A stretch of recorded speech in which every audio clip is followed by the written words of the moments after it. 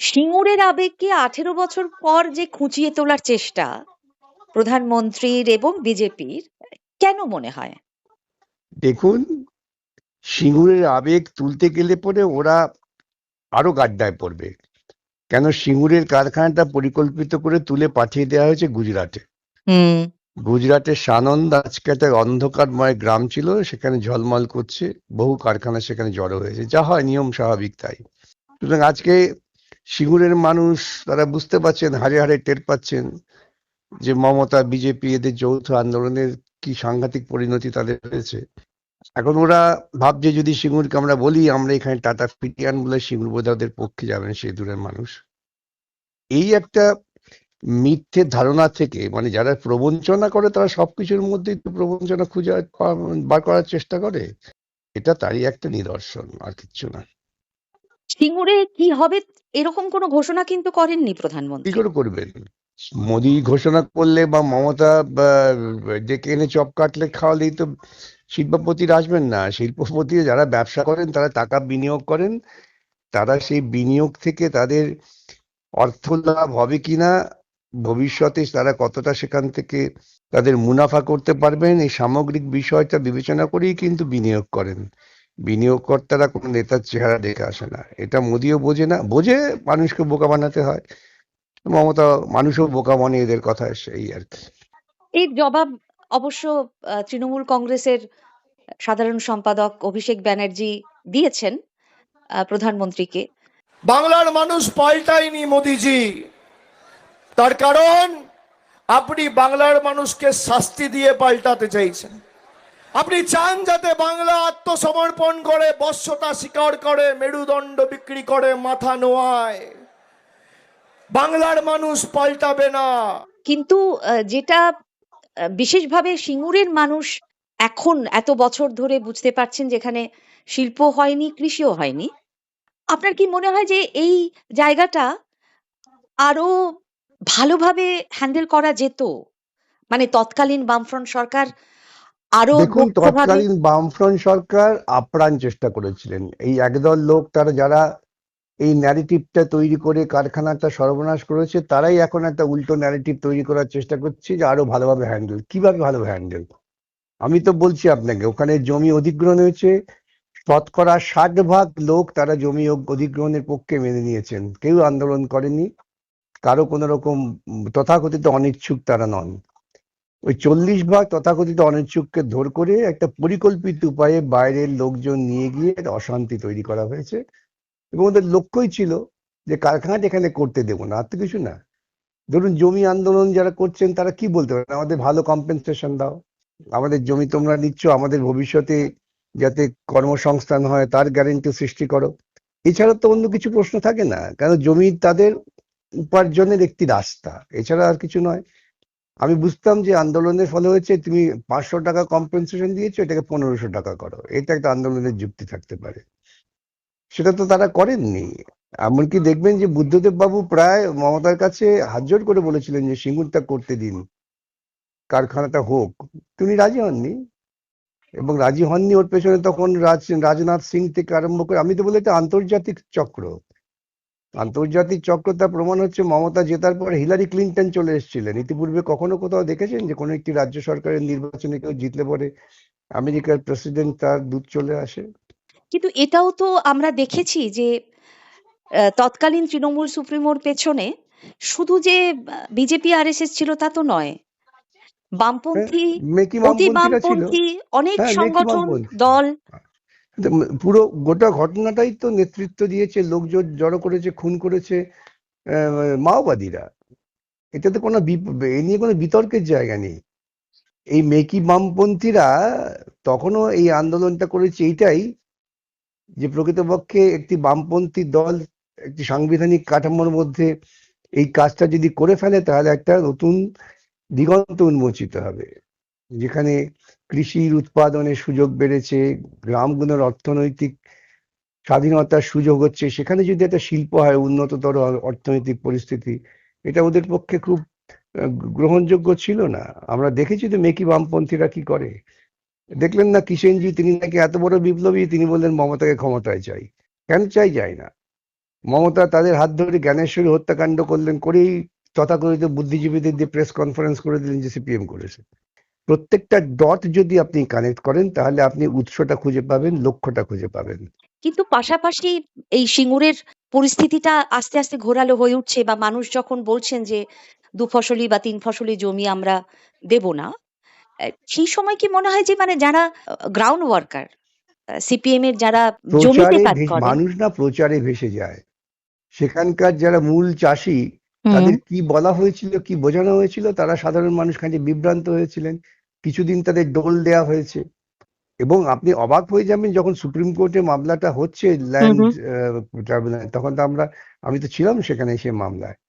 Supreme court বলছে যে তোমরা বলছো মোটর গাড়ি কারখানা করবে না, তাহলে জমি আর রেখে কি হবে? যদি মোটর গাড়ি কারখানা করতে তাহলে না আমরা বলতাম যে ভালো কম্পেনসেশন দাও, বা যা পদ্ধতিগত ত্রুটি হয়েছে এই ত্রুটিগুলোকে আমরা কম্পেনসেশনের মাধ্যমে মিটিয়ে দিতাম। কিন্তু ওখানে দাঁড়িয়ে তখন তৃণমূল উদ্বাহ নৃত্য করে বলছে না আমরা টাটা চাই না, টাটা করতে দেবো না, জমি আমরা ফেরত দেবো। তাহলে একটা নির্বাচিত রাজ্য সরকার সুপ্রিম কোর্টে দাঁড়িয়ে, তখন তৃণমূল ভোটে জিতে গেছে যখন চূড়ান্ত মামলাটা হয় সুপ্রিম হুম। কোর্টে, তারা দাঁড়িয়ে বলছেন আমার কারখানার দরকার নেই। তাহলে কারখানার দরকার না হলে ওই জমি রেখে লাভটা কি? সেই জন্যই সুপ্রিম কোর্ট জমি অধিগ্রহণের ভুল ত্রুটি থাকলেও কখনোই তারা এটা করেন না। কেন বহু মামলা আমি করেছি সুপ্রিম কোর্টে, যে পদ্ধতিগত ভুল আছে, ঠিক আছে, তার জন্য অতিরিক্ত কম্পেনসেশন দাও, এছাড়া আর কি। এই যে জমি অধিগ্রহণ মামলা সিঙ্গুরের, তার যে রায় হলো সুপ্রিম কোর্টে, তা নিয়ে কিন্তু আরো অনেক রকম কথা আমরা শুনেছি। প্রধান যিনি ছিলেন বেঞ্চের, তিনি বলেছেন যে এটা মোটর গাড়ি কারখানার জন্য করছো, সেই জন্য জমিটা এটা প্রাইভেট মালিকের জন্য অ্যাকোয়ার করছো, সেই পদ্ধতিটা তুমি অবলম্বন করনি, তুমি অন্য পদ্ধতি অবলম্বন করেছো। সেই পদ্ধতি অবলম্বন করলে পরে তোমাকে বেশি কম্পেনসেশন দিতে হতো, এই আর তো কিছু না। বারবারই যেটা মনে হয় সেটা হলো যে মানুষের সঙ্গে কথা বলা বা আরো বেশি আলোচনা, এই জায়গাটাতে কোথাও কোনো ঘাটতি ছিল হ্যাঁ, কিনা। সে তো থাকতেই পারে, সে যে কোনো প্রকল্পের ক্ষেত্রেই সবাইকে নিয়ে চলাটাই সবচেয়ে বাঞ্ছনীয়। সবাইকে নিয়ে চললে পরে অশান্তি কম হয়, মানে এক্ষেত্রে হয়তো এখানে কি ওই ২০০৬-এর যে নির্বাচন, তাতে যে বিপুল সংখ্যাগরিষ্ঠতা, সেটা হতে পারে, কোথাও তারও একটা আত্মতুষ্টি কাজ করে থাকতে পারে, সেটাকে আমি উড়িয়ে দিই না। নন্দীগ্রামে যখন এইরকম একটা পরিস্থিতি তৈরি হচ্ছে, যখন সিঙ্গুরের চলছে অনশন ইত্যাদি এইসব তৃণমূল নেত্রী করছেন, সেই সময় নন্দীগ্রামে ঘুরে দেখেছি যে মানুষের কাছে কিন্তু ঠিক বার্তাটা পৌঁছচ্ছে না। মানে তারা সে তো, কিন্তু ধরেই নিয়েছিলেন যে একটা খুবই খারাপ কিছু হতে যাচ্ছে, এবং তার কারণ সেখানে হচ্ছে মানুষের কাছে যে সমস্ত লোকেরা গিয়ে ভুল বার্তা দিয়েছেন তাদের একটা আপাত গ্রহণযোগ্যতা ছিল ভিন্ন ক্ষেত্রের। বামপন্থীরা ওখানে হেরে গেছে প্রচারের কাছে, ব্যাপক প্রচারের মুখোমুখি তারা দাঁড়াতে পারেনি, মানে ওই ন্যারেটিভটার কাউন্টার ন্যারেটিভ তৈরি করতে তৈরি করতে পারেননি। পারেনি। রতন টাটা যেভাবে বলেছিলেন যে আমি তো মাথা সরাবো না, আমি বলেছি হুম হয় ট্রিগার টেপো আর না হলে বন্দুক সরাও। তো hmm Miss Banerjee pulled the trigger. হুম তার পরবর্তী সময়ে আমরা পশ্চিমবঙ্গে ক্ষমতার পরিবর্তন দেখলাম, রাজনৈতিক পট পরিবর্তন ইত্যাদি এত বছর ধরে, কিন্তু কোনো বড় শিল্প আসবে না তো। মানে যেটার বিরোধিতা করেছিল তৃণমূল কংগ্রেস, সিঙ্গুরে জমি অধিগ্রহণ নিয়ে বা নন্দীগ্রাম নিয়ে, তার বিকল্প কিছু আমরা জানি না। মানে হবে কেন? এখানে জমি অধিগ্রহণ করা হয়েছে শিল্পের নাম করে, সেখানে এখন মন্দির হচ্ছে, সুতরাং বিকল্পটা কোথায়? ওর কাছে শিল্পের বিকল্প হচ্ছে মন্দির। উনি তো বলছেন মন্দির হলে কর্মসংস্থান হবে, তার মানে কি?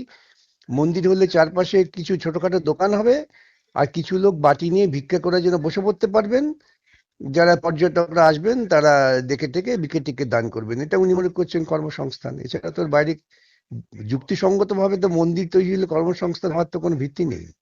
হ্যাঁ, এবং আরো বড় প্রশ্ন হচ্ছে যে গ্রামের মানুষ যার উপর ভরসা করতেন বছরের অনেকটা সময়, সেটা ১০০ দিনের কাজ, সেই হুম প্রকল্পটা যে বন্ধ হয়ে রইল এতদিন ধরে, হুম এবং সুপ্রিম কোর্টের নির্দেশের পরেও, মানে কলকাতা হাইকোর্টের নির্দেশ সুপ্রিম কোর্ট বহাল রাখার পরেও তাতে কোনো কিছু বদল হলো না। তো সেটা নিয়ে প্রশ্ন তো অনেক বেশি হওয়া উচিত মনে হয়। উচিত তো, সেইটাই তো মূল বিষয় হওয়া উচিত এখন। এটা নিয়ে এখনো আমাদের মামলা করতে হচ্ছে যে কাজ চালু করছে না তৃণমূল সরকার। তৃণমূল সরকার বলছে কাজ চালু করছি না, আমার টাকা দিচ্ছে না বলে। আর বিজেপি তারা ওপেন কোর্টে বলছেন কেন্দ্রীয় সরকার যে আমার টাকা দেবো কেন, ওরা টাকা চুরি করেছে, হিসেব দিচ্ছে না। এখন দুই সরকার তারা পরস্পরের সঙ্গে আমলাতান্ত্রিক ঝগড়া করবে আর সাধারণ মানুষ এখানে কাজে বঞ্চিত হবে। এখন এই একমাত্র সমাধান হচ্ছে যে গ্রামাঞ্চলে যারা কাজ করতে চান রুরাল এমপ্লয়মেন্টের জন্য, তাদের রাস্তায় নামো। আমি তো বলি লাঠি হাতে রাস্তায় নামো, সব ঠান্ডা হয়ে যাবে। ঠিকই। তাহলে আপনার মনে হচ্ছে যে প্রধানমন্ত্রীর সিঙ্গুরে সভা করার যে কৌশল, এটা খুব একটা কাজে লাগবে না। প্রধানমন্ত্রী আজ পর্যন্ত কোথায় কোন সভা করে মৌলিক কথা বলে কাজ লাগিয়েছেন? যেখানেই ভোটে জিতেছেন সেটাই ভোটে জিতেছেন বিভাজনের কথা বলে। তিনি প্রকৃতপক্ষে ভারতবর্ষের যে একটা সম্মাননা গ্রহণযোগ্যতা ছিল সেটা একেবারে নষ্ট করছেন। অনুপ্রবেশের তত্ত্বটা কিন্তু এখনো বলে চলেছেন, মানে তিনি বলে এবং চলবেন তো। বিজেপির নেতারা। टीएमसी ऐसे गिरोहों को संरक्षण देती है जो घुसपैठियों को सुरक्षा देते हैं, उनके लिए फर्जी डॉक्यूमेंट बनाते हैं। साथियों, समय आ गया है जब घुसपैठ को भी पूरी तरह रोकना होगा। और जो लोग बीते दशकों में फर्जी कागज बनाकर यहां घुल मिल गए हैं, उनकी पहचान करके उन्हें उनके देश वापस भी भेजना होगा। অনুপ্রবেশের তত্ত্ব যদি এই রাজ্যে আজকে যিনি মুখ্যমন্ত্রী তিনি তুলে থাকেন, বারবার তো ওরা বলছে এতে দিদির তত্ত্ব। কিন্তু উনি যদি সৎ হতেন ওদের কথার ভিত্তিতে, তাহলে উনি এই 15 বছর ক্ষমতায় আছেন, সেখানে কিন্তু অনুপ্রবেশ চিহ্নিত করার একটা প্রক্রিয়া চালু করতে পারতেন। সেটা করেননি, আর সেটাকেই বিজেপি এখন অস্ত্র করছে। যেটা নিয়ে এত এসআইআর এর সমস্যা তৈরি হচ্ছে কেন? কারণ অনুপ্রবেশকারীদের অনুপ্রবেশ যে কোনো ভাবেই হোক কিন্তু চিহ্নিত একটা করতে হবে, তাদের খুঁজে অনুপ্রবেশকারী বের করতে খুঁজে হবে। পাবে না। অনুপ্রবেশকারী কিছু নেই, থাকলেও খুবই নগণ্য। তাদের খুঁজে চিহ্নিত করার ভিন্ন পদ্ধতি আছে। নির্বাচন কমিশনের কোনো অধিকার নেই। এবং কেন্দ্রীয় সরকার দেখবেন পরিকল্পনা করেই ইতিপূর্বে নির্বাচন কমিশনকে এমন সুরক্ষা দিয়েছেন হ্যাঁ, যাতে সেটা ওর তো বিরুদ্ধে কোনো ঠিক, ব্যবস্থা নেওয়া যাবে ঠিকই। না। এবং তার এতদিন পরে তার বিরুদ্ধে একটা জনস্বার্থ মামলা হলো সুপ্রিম কোর্টে, কিন্তু সেটা কবে তার শুনানি হবে, কি তার কিছুই হবে না। সিদ্ধান্ত হবে একমাত্র আমরা জানি রাস্তা না। হচ্ছে পথে ঘাটে নামা। বামপন্থীরা এখন বিভিন্ন জায়গায় বিডিও অফিস টফিস ঘেরাও করছে, এই একটা পথ। হ্যাঁ, সাধারণ মানুষও তো বিক্ষোভ দেখাচ্ছেন, কারণ যে হ্যাঁ, হয়রানি, যে হেনস্থার মুখোমুখি হতে অসভ্যতা হচ্ছে, চলছে। এইটা কিন্তু নজিরবিহীন। মানে একজনকে 2 বার 3 বার 4 বার ডাকা হচ্ছে, এই নথি হবে না, ওই নথি নিয়ে এসো। আপনাকে জিজ্ঞেস করছি যে মানুষের আমরা যে মৌলিক অধিকারের কথা বলি, তো সেই মৌলিক অধিকারে হস্তক্ষেপ হচ্ছে না এর ফলে? বটেই তো। এবং ওরা জানেন তো যে এই নিয়ে বিপদ হতে পারে ইলেকশন কমিশনে, সেই জন্যই তাকে আগে থেকে আইন করে সুরক্ষা দেওয়া হয়েছে। কিসের তথ্য? আমি তো বারবার বলছি, ওদের কানে নিশ্চয়ই যায়। যে সমস্ত তথ্য চাওয়া হচ্ছে, এই সমস্ত তথ্য কি নির্বাচন কমিশন তার পরিবারের লোকেদের দিতে পারবেন? ভারতবর্ষের প্রধানমন্ত্রী, স্বরাষ্ট্রমন্ত্রী, তারা এই সমস্ত তথ্য দিতে পারবেন? এরা ঠিকই। মানুষের জীবন নিয়ে ছিনিমিনি খেলছে। এবং সেটা ওই আবেদন নিবেদন করে কিছু হবে না। একেবারে কতুলপুরে যা করেছে বামপন্থীরা, সেই পথেই নামতে হবে দল বেঁধে। বিডিও অফিসে চাপ সৃষ্টি করো, যার ফলে দেখবেন এখন শ্রমিক ভট্টাচার্য বলেছে নির্বাচন কমিশনে নিজে আসা উচিত, পথে ঘাটে ঘোরা উচিত, মেট্রো স্টেশনে চড়া উচিত।